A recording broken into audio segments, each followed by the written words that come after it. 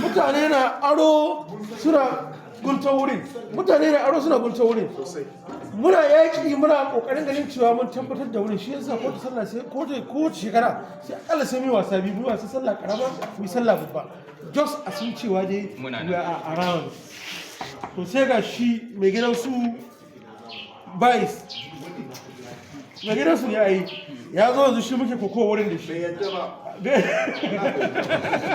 ku gane ku jimla yanzu shi muke kokowa wurin da shi duk wanda ya san girbishi ya suna da ƙari cikin gwamnati ne wanda aka kwamishinan wurin da shi girbishin da ni gidan siyasa mu guda ko in ce uban siyasa mu kwata-kwata guda shekara da shekaru sai Allah ya yi ma SR ya kwamishina girbishi makusance shi so da shi muke kokowa wurin alhamdulillah da ya mutum ne mai fahimta kuma an sanar da shi cewa already management ta riga ta ba da wurin kafin ma kwamishina ya ce mun je kai abin da za ka yi wani to labarin ga muku wani abu wanda ya girbishi sanin darajar shi girbishi bai kusa abin da aka ce mu harkar wasa ba wani wanda ya san darajar harkar wasa kuma yana samun kuɗi ga harkar wasa wallahi ya zaburo yana son wurin na yanzu abin da ya kaso ya kewaye wurin shi abin ma da zai yi ba ku sani ba sai ya kawo kuraye da kayayyakin zu ne ya zuba wurin wallahi a furistan nake ba ku wanga labari last 2 or 3 days za ku ja last 2 or 3 days wallahi wurin ga muku na wallahi sai da yin samun director culture ita to wallahi girbishi da ya zo ya noma kuma ya ce yana so a bashi wuri ya sto amma ba mu sake yadda da wani abu wallahi muna zo kun zaka kama da mutum wallahi muna zo ya ce mu fata da haka ne insha Allah zai baki nan so magana da ake gaya muku da cewa ku ba da support ku ba da contribution a samu a gyara wurin nan benefit ne na dukkanin mu ne akwai wani wanda ya ba da wata shawara na wurin meeting last 2 weeks na ko last week hawa ne ce ya ji daɗin shawara ko cewa man ne ko sakatare cewa kowane production ka so a bashi wuri wurin ya zo a bashi wuri wurin mu yi kokari mu mai da wani da kun ka san zurot a Kano ko san ko ba mu da irin zurot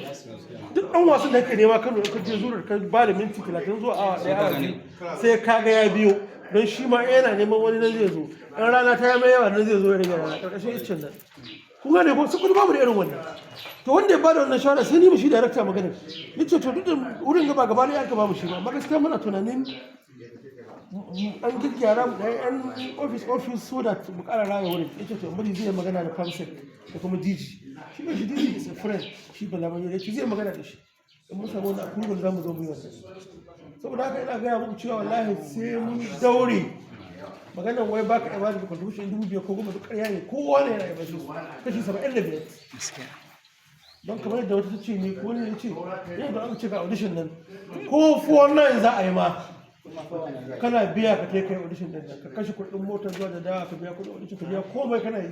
saboda haka wallahi wannan wurin shi ya ƙarya yan wasan jihar Sokoto saboda haka Allah ina kira ga yan wasa da kamfuna a yi kokari Allah a bada contribution din da ya kamata a ba su domin a ga cewa an gyara wurin sai magana ta ƙarshe ita ce magana lokacin in sauka mun yi kwamiti biyu kwamitin APC da kwamitin PDP dalilan yin kwamitocin nan guda biyu shine mun fahimci cewa 'yan siyasa in sun kaci zaɓe in ba su ga huskar ka lokacin gwagwarmaya ba to za su mishe ka baya duk ƙoƙarin da za ka yi na kai tasiri zai wahala ɗaya to muka ce to bari mu raba yau Allah ɗaya sau ne zai nasara da musan shi masu ra'ayin APC su kawo ƙungiyar APC ta a kasa masu masu ra'ayin ba'ayin PDP su kawo tasu to amma akwai conditions biyu attached na farko dai duk abin da aka yi generating za a ba kungiya 10% sannan ni magana da farko da annan sun ji wannan 10% in ka samu naira biyar abin da 10% din naira biyar sule biyar naira biyar ne ce sule biyar 10% din naira biyar kun gane hausan in ka samu 500,000 10% 50,000 in ka samu 50,000 10% 5,000 za ka ba kungiya za ka yi rafa da jiya lokaci da lokaci kaza a yan bangaren ka jam'iyya kaza sun kawo mana percentage kaza that's number 1 number 2 kuma duk lokacin da Allah ya gwada mana bangaren ka an yi nasara to aikin da aka banka shine ka jawo kungiyar ka je da ita